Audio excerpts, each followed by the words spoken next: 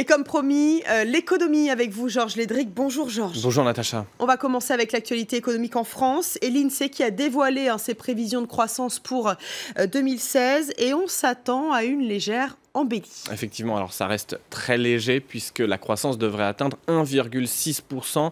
Pour l'année 2016, c'est seulement 0,1% de plus que les prévisions de Bercy. Mais vous le voyez, c'est quand même beaucoup mieux qu'en 2015 avec 1,2% de croissance. Autre motif de satisfaction, le taux de chômage qui devrait reculer de 0,4 points cette année pour passer sous la barre symbolique des 10% à 9,5%. Principale raison, la hausse des investissements dans les entreprises. Et là, l'INSEE explique que les mesures mises en place par le gouvernement ont fini par payer, notamment le CICE, qui est ensuite devenu le pacte de responsabilité, qui aurait contribué à créer 80 000 emplois l'année dernière. 55 000 sont attendus pour l'année 2016. Autre motif de satisfaction pour le gouvernement, l'INSEE explique surtout que la croissance entame un cercle vertueux. Alors qu'est-ce que cela veut dire ? En 2015, la reprise s'expliquait surtout par des facteurs externes, la baisse de l'euro, la baisse des cours du pétrole. Pour l'année 2016, ce sont plutôt des facteurs internes, c'est-à-dire que la consommation repart, ce qui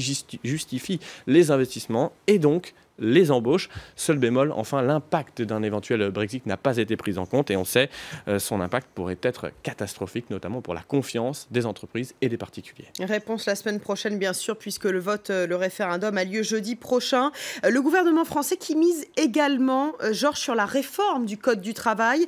Une réforme qui suscite la contestation de beaucoup de syndicats. On le sait, CGT en tête. D'ailleurs, en ce moment même, il y a une rencontre entre la ministre du Travail, Myriam El Khomri, puis le patron de la CGT, Philippe Martinez. Ah oui, une rencontre extrêmement délicate après des semaines de manifestations et de grèves. Une rencontre surtout pour tenter d'esquisser une sortie de crise. Le problème, c'est que le chemin reste totalement mystérieux. On a du mal à concevoir les concessions, tant les deux parties campent sur des positions diamétralement opposées. Du côté de la CGT, Philippe Martinez conteste de nombreuses dispositions, à commencer par le fameux article 2, celui qui stipule que les accords d'entreprise seront prioritaires sur les accords de branche. Pour la CGT, les salariés seraient en situation de faiblesse dans ces négociations et vont perdre au change. Pour le gouvernement, il est impensable d'y renoncer. L'impasse semble donc totale des deux côtés. On préfère cependant insister sur la volonté de dialogue. Je vous propose d'écouter le secrétaire général de la CGT juste avant d'entrer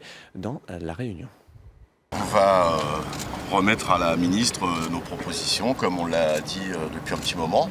Comme c'est le premier rendez-vous depuis un petit moment aussi, on va refaire le point. L'esprit des retrouvailles. Oui, on peut dire ça comme ça. Voilà, donc cette volonté de dialogue, mais vous l'aurez noté, il y aura aussi des propositions du côté de la CGT. Philippe Martinez qui souhaite que son syndicat soit un syndicat constructif. Alors, quelles propositions ? C'est encore difficile à dire, mais on peut quand même s'attendre à des propositions pour encadrer ces négociations d'entreprise. Son objectif, c'est bien évidemment de vider un petit peu de sa substance le texte en remettant au centre les négociations de branche. On peut peut-être s'attendre donc à circonscrire les négociations d'entreprise à certains domaines, à les limiter de manière générale. En tout cas, on suivra ça avec beaucoup d'attention. On suivra cela effectivement à la suite de cette réunion qui donc est encore en cours entre Myriam El Khomri et Philippe Martinez. On va faire un point sur les marchés financiers. Ils ont ouvert il y a une vingtaine de minutes maintenant en Europe. Alors toujours beaucoup de volatilité sur les places financières après les fortes baisses des derniers jours liées notamment aux craintes d'un éventuel Brexit. Vous le voyez, la hausse, elle est relativement soutenue aujourd'hui, plus 0,7% du côté du CAC 40. Les places asiatiques qui ont également clôturé en forte hausse. Vous le voyez notamment du côté du Nikkei, plus 1,07%.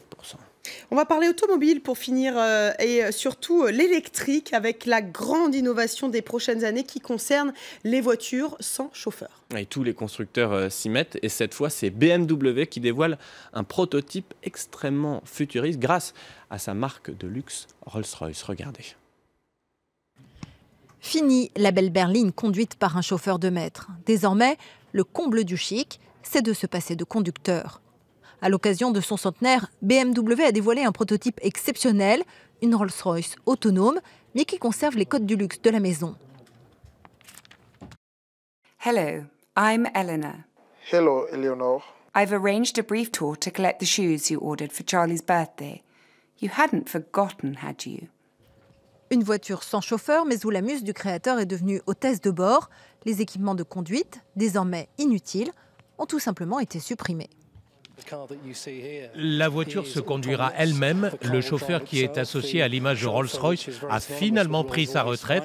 Son siège a été retiré et maintenant vous avez une vue parfaite depuis la banquette arrière.